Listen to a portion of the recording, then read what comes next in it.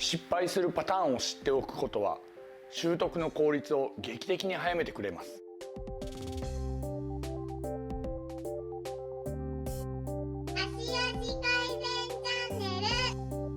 前回まででセカンドステップの立ち方や基本的な動きをやってきました。ではセカンドステップのよくある失敗の仕方、このあたりについて今回はお伝えしておきます。これが分かっていればセカンドステップの時に自分がどのパターンに陥ってしまうのか、うまくいかないのかをきちんと道をたどって改善しやすくなります。それでは前回まででセカンドステップの基本的な動きまでをやってきました。立ち方はまずこのような形、お尻を締めて足全体が外の後ろになる感じで、この状態を基本として足を出します。ここで一応念のために一つ付け加えておくと、本来立っている時はほとんど足を真ん中、外というよりかは真ん中ぐらいに乗っているのが本来の重心なんですが、今まで内を踏みしめてた方にとっては外に踏んでいるの、かなり外に持っていっている感じがするので、そのようにお伝えしている部分があります。あともう一つは、足は土踏まずがあるということは基本的には外側で立つ、外側で歩くというのが基本になります。ただ外だからといってこのような形で立っているのではないということにご注意ください。それでは、実際のよくある失敗パターン、間違えるパターンについてお伝えしていきます。本来はこの状態から始めると、これがセカンドがうまくできているパターン、横から見るとセカンドがうまくできているパターンなのですが、まず失敗するよくあるパターンは大きく4つに分かれています。まず1つ目、これは上体が先に突っ込んで前に行ってしまうというものです。横から見ると本来は体は前に行かないというのはファーストステップの時点でお伝えしていることです。ですからそれを基本としてこのような状態、体は前に行かず足だけで前に行くのですが、この動きを気にするあまり体が前に流れながら足を出してしまう。そうすると本来はかかとを軸として回らないといけないのが、前を軸で回るような形になってしまいます。ですからくれぐれもファーストステップが基本となっていて、出ていくのは体ではなく足だ、足だ。体は前に行かず足が出る。ですからイメージで言えばその場で反転、その場で反転、その場で反転、その場で反転ぐらいのイメージです。むしろ体の感覚としてすれば前に行かなくてもどかしいぐらいの感じ。今までこうやって歩いてきている人にとってはこの風を切る感じがなければ進んだ感じがあまりしないのですが、むしろ体は後ろにだいぶ残っている感じというイメージです。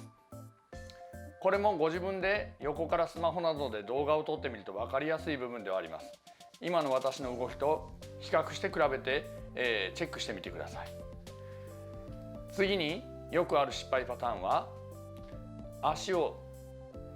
外に回すというイメージのあまり横に出してしまっているパターンです。具体的にやってみます。本来であればかかとの外側ですから後ろの外なんですが、こうしてしまうパターンですね。こうこうこうこう。このパターンの人には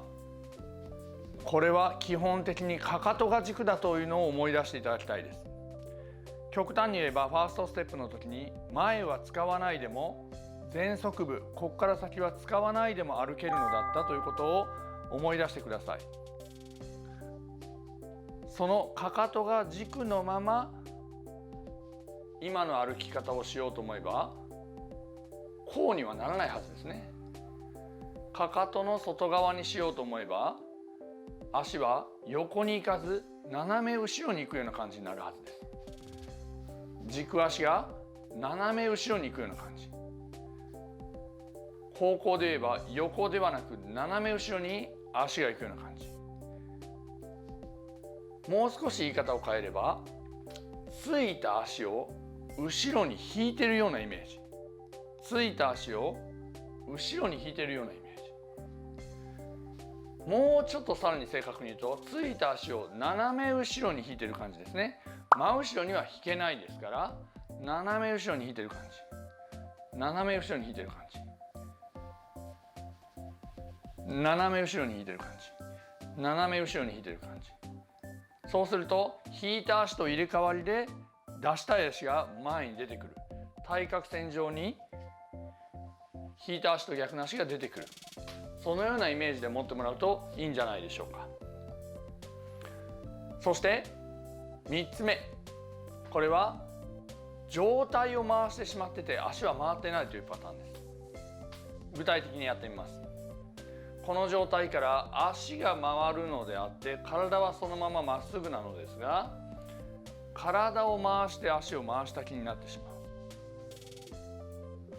これは足は何も回っていません。むしろ問題なのは、本来足が外に回るというのは鼠径部が開く。鼠径部というのはこのももの付け根の部分ですね。ここが開く形になるはずです。なのにもしも上体を回して足がそのままだったら、むしろ鼠径部は締まってしまうことになります。ですからこのような形になってしまうと全くの逆効果。回すのは体ではなく下半身、そして正確に言えば腰ではないのです。腰ではなく鼠径部ですね。皆さんは鼠径部を締めてしまっているのを鼠径部を開くのだ。だから腰はある程度歩くときに前後しますが、あまり大幅に動くわけではありません。鼠径部ですね。上体は今分かりやすいように上体を回してしまっていますが、上体は基本的にはこのように動かないで歩きます。ですからこの歩き方は手はそれほど大きく振られるわけではありません。最後です。4つ目ですが、足全体で回らなければいけないのが、足の親指部分だけ浮かしてできた気になってしまうというやつですね。これは単純な話。踏みしめてるのをやめましょうと言いました。踏みしめてるのをやめると足全体が今動くのは分かると思います。内の前を踏んでたのを外の後ろにするとこのように足全体が動くのですが、この状態のまま足だけ浮かしちゃう。足というか母子球や親指のところだけ浮かしちゃう。これで出てた気になっちゃう。これでは足全体としては今までと何ら変わっていないことになってしまいます。親指周りだけではなく膝、股関節全体で外になる。これは今まで内に締めて生きてきた方にとってはすごくやりにくい感覚かもしれません。ですからその場合は椅子などに座ってこの感覚ですね、このような感覚を身につけたいところです。なので私はストレッチのところでパタパタストレッチというのをお勧めしているわけです。足全体で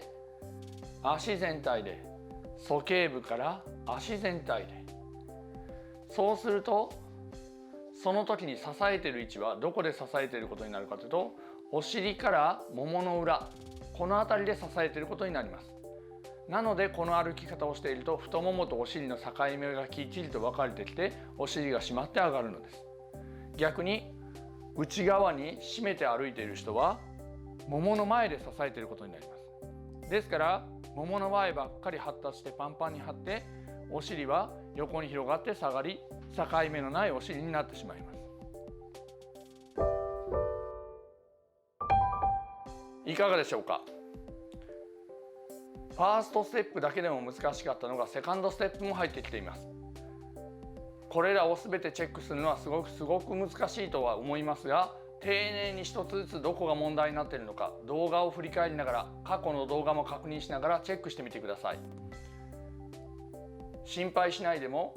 フファーストステップとセカンドステップ、今教えているものが融合すればそれ以上はありません。それで基本的には終わりです。ゆるかかと歩きはそれで完成するのです。もう一息です。ファーストと融合させるというのはとても大事なポイントです。最悪ファーストステップだけでも7割は効果があるというふうに思いますので、気をつけていただきたいのはセカンドをやるあまりファーストステップを忘れてしまうことだと思ってください。分からなくなれば分かるところまで戻りましょう。ファーストステップあたりまで戻ってもう一度丁寧にやり直すとセカンドの意味がよく分かりやすかったりもします。動画は何度も振り返ってください。そして指導の先生にいろいろ聞いてみてください。もう少しです。頑張ってください。